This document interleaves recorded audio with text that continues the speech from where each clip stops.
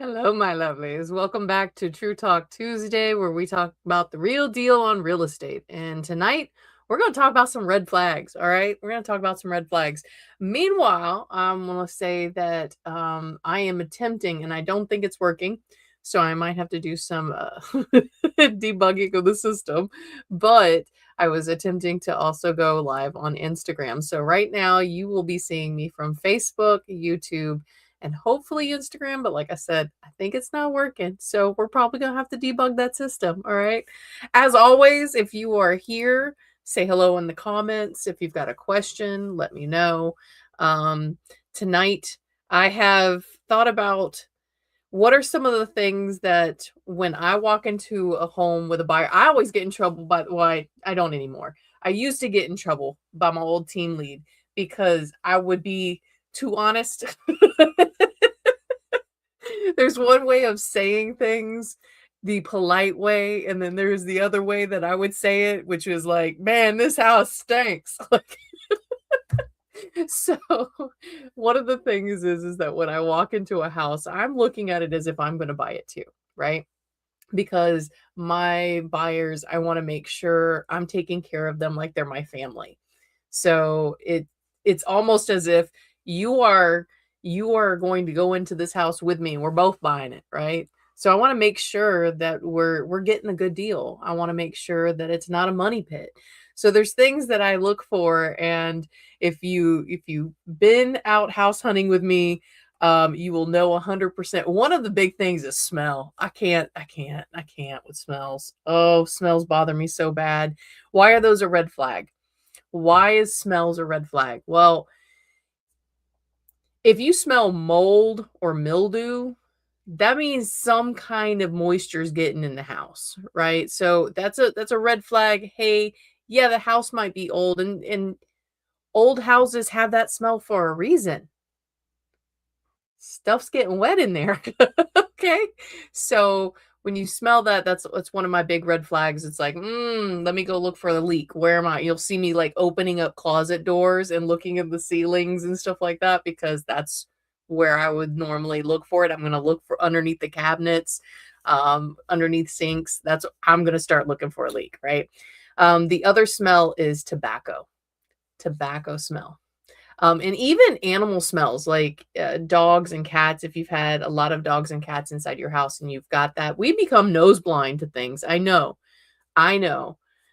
We have an old house. It has had an issue with getting moisture in it before. So I know that when we leave and I come back, I'm like, "Ooh, my house smell like this?" And then about a week later, I don't even notice it anymore. It's no longer mildewy. It isn't. It just has that remnants of smell. Why? Smells are super hard to get rid of, guys. Super hard. So like I was saying, as far as dogs and cats, and cigarette smells, you might not smell it because if you're selling the house, you've lived in it, right? But the buyers will immediately smell it. Some people will try to paint the walls and shampoo the carpets. And sometimes if it's not that bad of a smell, that might work. But a lot of times that smell has seeped into your walls. They've seeped into your floors. And so no matter how many times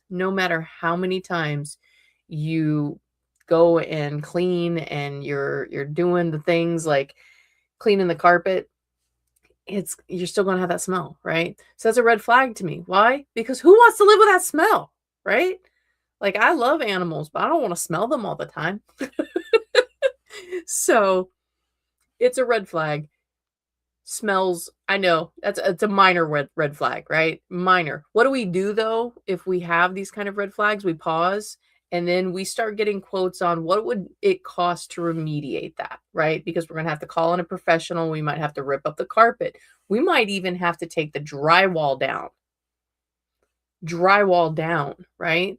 And replace drywall in order to get that smell out of there. If it's a mildew smell, we're going to have to do a lot of like, we're going to have to call professional mold inspectors in, right? To kind of look.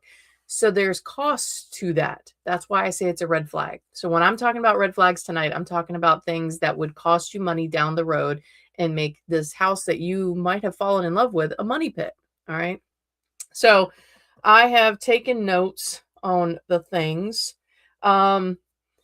things that not only will come up in inspection, but things that just if you're working with another realtor, you're not working even if you're working with me, I used to tell my students all the time, like, fact check me. Please fact check me. All right. I am not above getting things wrong. And when I do get things wrong, I'll make it right. But I'm not above getting things wrong. I'm not the end all be all of knowledge around here, right? I know a lot of things. I do, but I am human and I can get things wrong. So fact check me. All right. Ozone guy for animal smells. That's right, Sarah. But that costs money, right? That costs money. So it's a big red flag. Like, how much money is it going to cost for me to get this smell out of there? All right. So, my number one, besides the smell, so I guess number two, would be pressure to skip steps. This is huge for me. All right. No one, no one in this transaction, not myself, not the lender, not the other agent, not the title, no one should be encouraging you to skip a step, such as you don't need that inspection, right? You don't need that inspection. No, I'm going to tell you you're going to need that inspection, right? We're going to get that inspection. I don't care how long it takes. We're going to get that inspection, right?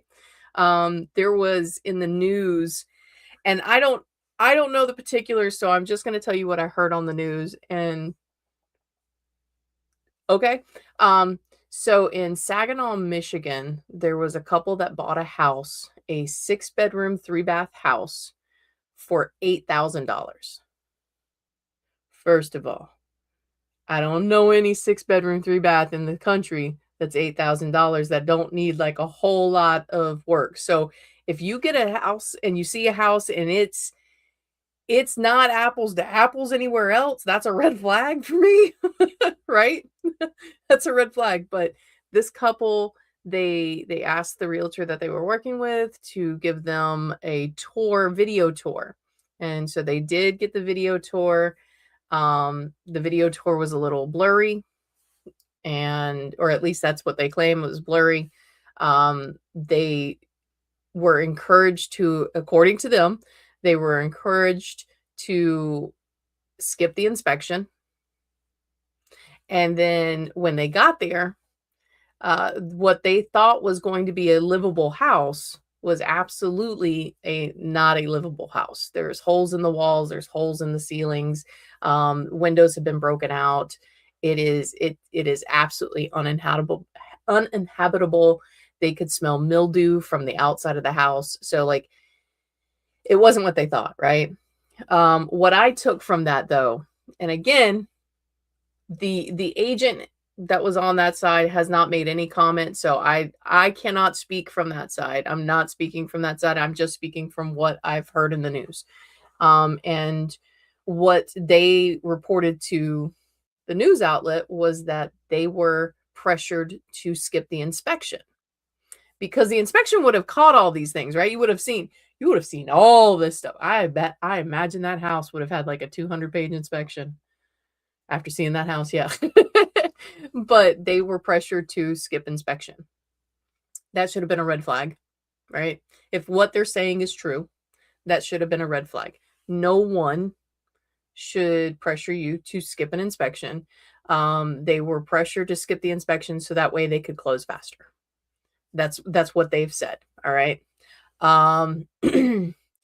Yeah. So yeah, Sarah, you're right. Like, did they find this on Temu? No, I think they found it on Zillow. All right. And Gail, hey Gail. Gail, yeah, they didn't get the inspection. If somebody is pressuring you to skip one of those steps, right? I don't see any lenders allowing you to skip like appraisals and surveys. But if that happens, that's a huge red flag. If somebody says, "Oh, we don't need your appraisal," I had to get her an appraisal just to refinance my house, let alone buy one. That's not a skippable step. Okay, so there's certain things. I would absolutely, if you're not in an area that, um, I like Central Florida, right? Because I would say absolutely use me because I have a big mouth and I tell the truth when I shouldn't. I know I should always tell the truth. Let's be honest, all right? People should always tell the truth, and when they don't, those people aren't, they're not my kind of people. So I tell the truth a lot. And I would say if you're not in an area that I can serve, you need to get a relationship with one of those realtors. All right. Get a relationship with a local realtor. And then when I say relationship, like I want you to interview them. I want you to show up at events that they're at. I want you to see what kind of things they support, right? I want you to see everything because good realtors, like I tell everybody, I don't sell you a house. I develop relationships with people so that way I can help them with their real estate goals, right? That's it. So you're going to see me at markets, you're going to see me at all kinds of different events. I'm going to be showing up at I'll show up at yard sales to get to know people, right? So I'm going to be everywhere and that's what a good realtor should be. You should see them everywhere. You should be able to see what they stand for and what kind of human being they are, right? So definitely get into some type of courtship, if you will. That sounds so bad. With a realtor around your area, all right? Red flag, according to Sarah, the agent pressures you to use only their vendors. Oh yeah. Now, I will tell you, I will ask, especially if when it comes from lending side, I will ask you, "Hey, do you have any lenders that you're going to work with or that you're wanting to work with, or do you need a referral?" So it is common for agents to ask you, "Hey, do you have X, Y, and Z, or do you want me to show you a list of people that I've worked with before?" So my people often will ask me for inspectors and they'll ask me for lenders. And for lenders, I have 3 lenders that I hand them, right? Um, I I am okay with whatever lender you want, right? Here's the ones that I've worked with in the past. This is what I think of them. Um, I've also with inspectors, I work with a lot of different inspectors. So you're gonna get a plethora of choices. It's like, here you go. Which one do you want? Um, you definitely need to make sure that you're knowing the vendor as well, right? Even if it's a referral from them, go check them out, right? Your agent should give you multiple people and go check them out. Go see what they stand for. Go see, what their reviews are, right? Go look. It ain't gonna hurt, right? Go look. Make it fast though, because we got a time frame, but find out, right? Find out what you want. Gail, red flag, the mysterious locked door at the back of the house. That's a whole different kind of red flag. My mysterious locked door is any shed that is locked on the property and I can't get into. I want to know what's in the shed. Does the shed convey? Because if the shed conveys, I need to see the interior of that shed, right? All right. So nobody should be pressuring you for a darn thing. There should be no pressure into skipping things, and there should be no pressure into using certain vendors. All right. All right. 2, Sarah, tell me if you agree with this. And I know you do. I know you do. Right. Okay. A lender who changes numbers without explanation. So a red flag is your rate, your cash to close, whatever the numbers. You've been given a set of numbers, and then all of a sudden you see another set and haven't been explained why those exist, right? You're just saying, "Hey, here, sign the new Alta," right? Or whatever it is. Um, your lender should have given you a heads up, say, "Hey, I'm sending you a new document. We've had to change your rate for X, Y, and Z reason," right? If you agree with it, go ahead and sign it, right? Sarah, am I correct on that one? I'm pretty sure I am. Because any lender should be able to explain that, and not in like lender ease language. You should be able to have it in clear human language. If look at them and go, "I'm a kindergarten student. How would you explain this to me?" All right. Red flag 100%. Yes, Sarah says 100%. If your lender changes numbers without explaining it, red flag. All right. 3, it's probably nothing. During an inspection, if somebody looks at you and go, it's probably nothing, right? How do they know? How do they know? Just shooting that question out there. How do they know it's nothing, right? Um, you what's common around here is I have on here old but still working systems. So AC, especially here in Florida. ACs work really hard in the summertime here in Florida. So an older AC is going to have a harder time keeping up with the summer heat. Okay. Um, if the seller does not want to replace that older system, that's something that the the buyer needs to know, right? The buyer needs to understand that this is an older system. You might be putting in a new system in less than a year. Right after you bought this house, you might be putting a new system in. One of the things that I like to talk about with my buyers is the possibility of a home warranty. We can get you a home warranty. Those do cost extra, right? That is something you're going to have to pay for.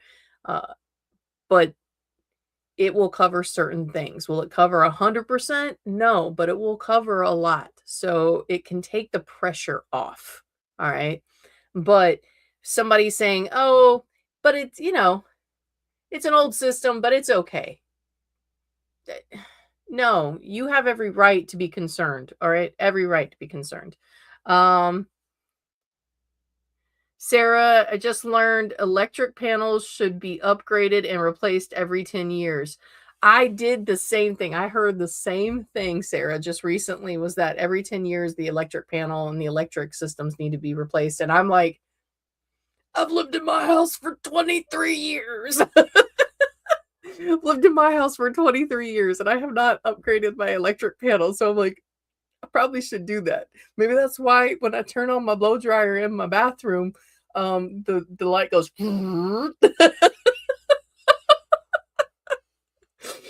But yes, things should be replaced. It shouldn't be. It should not be dismissed. All right, you should be able to make an educated opinion. Now, if you're looking at these things and you're like, I can do that later, that's fine. I want this house. Okay, we're going to discuss the cost of those things. Okay, we're going to discuss the cost of those things. I might even go as far as to go get a quote for what it's going to be to replace those things, right? So that way you are fully educated on why it's not a big deal, right? I already talked about smells. Smells should be one of those things, especially I walked into a house and it smelled like death. I'm not playing with you. It smelled like something died, right? And I could not figure out where the smell was coming from. Come to find out, they had a rat problem and the house was stilted, right? So here in Florida, there are older homes that have a larger crawl space underneath them, right? So this was one of the older homes built in the 1920s, and there was a crawl space underneath. They apparently had a rat problem, and their way of dealing with it was to throw poison underneath the house. So all these rats died underneath the house, and now the house smells like dead rat. It was disgusting. It was disgusting. But if you've got a rat problem, then there's somehow they're getting in the house, right? So that's a red flag to me. Like, oh, okay, wait a minute, we've got rodents.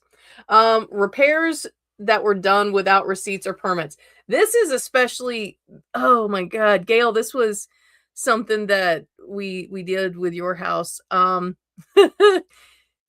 We have a lot of people who have gotten into flipping homes, right? They'll buy homes that are in disrepair and then they'll fix them up and put them back on for sale. A lot of people will YouTube that. And if this is your home that you're going to stay in, that's great. All right. I'm so happy for you. You've learned and unlocked a new skill. Like, I would have loved to have hand built my house too, right? And I mean that with sincerity. I know it sounds like I'm being sarcastic. I'm not. I mean it with all sincerity. Um, but if you're going to sell this house, we need permits. We need permits because what's going to happen is you're going to sell this house. We're going to get it inspected. Something's going to come back.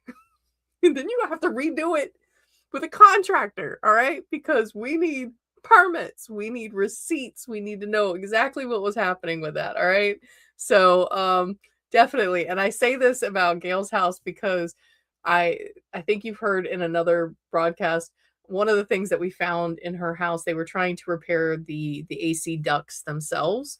And I know, before anybody starts in the comments later on, all right, I do know that AC ducts have a certain type of like aluminum tape that you can buy, right? This was not aluminum tape. This was aluminum foil. Like they took a roll of aluminum foil, wrapped it around those ducts. I was like, I don't think that's gonna work, right? So if you see a house and it's got a lot of upgrades, you can go to most counties have some type of way of pulling up building permits, right, online. I think ours is called a Sella or something like that. You can go. It's how I find out if the roof has been redone anytime soon. Is I go and pull the roof report, like the roof permits. So you can go and find out what permits might be on that address. All right. I would suggest that. I would suggest it. All right. Seller credits. So you found something you guys have negotiated, and instead of them repairing it, they're going to give you a credit for it. Do you know how much that's going to cost you? Is that credit going to cover it? Because now their problem is your problem, right? Right. Okay. So there are certain things that I'm going to say, like, we can handle that. That's cosmetic. You've got this, right? You make that decision. I will advocate for whatever you want me to advocate for. But there are certain things that need to be addressed, right? Especially if it has to do with foundation, electrical, roofing, or plumbing, right? Any of those things, they definitely need to be addressed. And you don't know how much those are going to cost. So that seller credit might not cover it, and you might end up paying more than what you should have paid for it, right? Okay. So definitely seller credits though happen. They happen, and that's okay if you feel confident that you can do it for less or you could do it for the exact amount that they're giving you a credit for. Cool beans. I'm not saying seller credits are bad at all. I'm just saying that you need to make sure that you've gotten a quote for how much it's going to cost. If you are going to do it yourself, how much are the materials going to cost? Are you confident that you can get it done and you're not going to have to call a contractor? That kind of thing, right? Okay. Title issues. That's another red flag. Title issues that get minimized. So when I've worked with great title companies. I have worked with some great title companies. So I have not had this many issues with title not doing their job.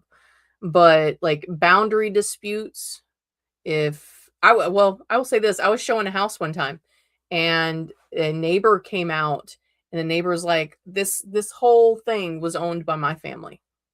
And then we decided to sell it off. So you see that line right there? That line technically is yours, but I use it. And my buyers were like, excuse me?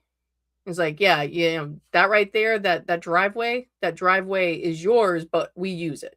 So just know if you buy this house, you're going to have to let us use that. But that's my property. If I want to put up a fence there, I can, right? That can get into a big legal stink. So boundary disputes, those are red flags. Anything that you hear, like there's an outstanding lien, that's a red flag. Those things need to be cleared. And that's what title's job is to do, right? Title's job is to what we call clear the clouds, right? So if they're not wanting to do that, question that. question why they're not wanting to. All right. 7. This one drives me insane because there's something called an HOA disclosure and HOA guidelines that can be attached to an MLS listing, right? So this one is if you do not know or have not been given the HOA guidelines until almost closing. That's a big red flag. What are you hiding? What does the HOA not let me have like 2 cars in my driveway? Is what's going on with the HOA there, right? I have a pit bull and the HOA is going to tell me I have to give away my dog? Like that kind of thing, right? So if you know that you're moving into a community that or you're looking at a community that has an HOA, immediately ask for those guidelines, right? That's an upfront ask. I need to see what those guidelines are, right? Your realtor can even go and call the association and say, "Hey, can I get sent these guidelines?" So that way you can see them. All right. I did that with some of my buyers. They had a dog and we needed to know if there was any dog restrictions, any breed restrictions. Were there an amount of animals because they had 3 cats? Could you only have 1? What kind of restrictions on animals were there? So I had to call and I got the guidelines and I'm glad I did because there were a restriction on cats. They could only have 2 cats in the house and they had 3. So they didn't want to give away one of their fur babies. I don't blame them. So we skipped that house and we went to the next one. So make sure that you're getting the HOA guidelines and rules. Hold on, I got to take a sip of water.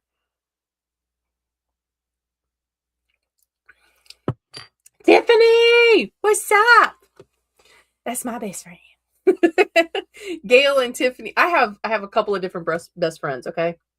Um just a little side note, all right? Tiffany is one of my best friends. Gail is one of my best friends. Gail's been my best friend since I was about 23, 24 because I already had Jagger.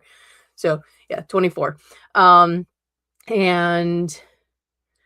she would be the second longest friend that I've known. The first longest friend is my best friend Jody, and we have been best friends since we were 13 years old. We hated each other before, and then we got stuck at band camp together. So it's always a joke. One time at band camp, but we got stuck at band camp together in Athens, Georgia, and have been best friends ever since. So I have a couple of best friends that if you ever see me go, "Oh my God, this is my best friend," yeah, they're on here. All right. All right. Back to what we were talking about. Y'all got me all kinds of off topic. This is what my students used to do to me. All right. Number 8, insurance issues discovered at the very last minute. You should, before we have a clear to close, you should have insurance because that's part of one of the conditions to get a clear to close is to have homeowners insurance, right? I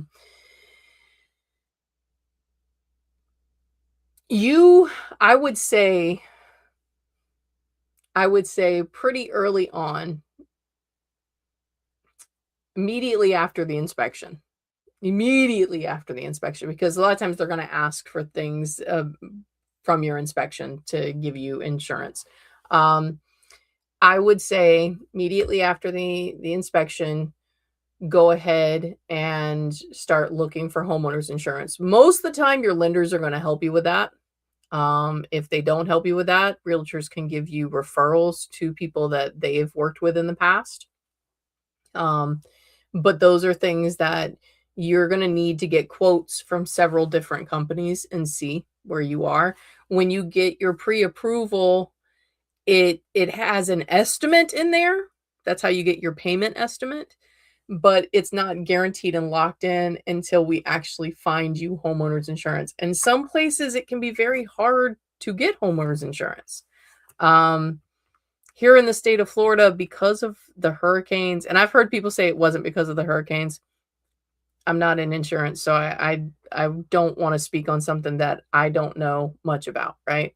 But it makes logical sense to me that because of the hurricanes, we have higher insurance rates here. And certain areas of Florida are more in danger from hurricanes than others. We live in Central Florida. Central Florida, as long as you're not in like a flood zone, we can get insurance still. Flood zones are hard. Flood zones are super hard, right?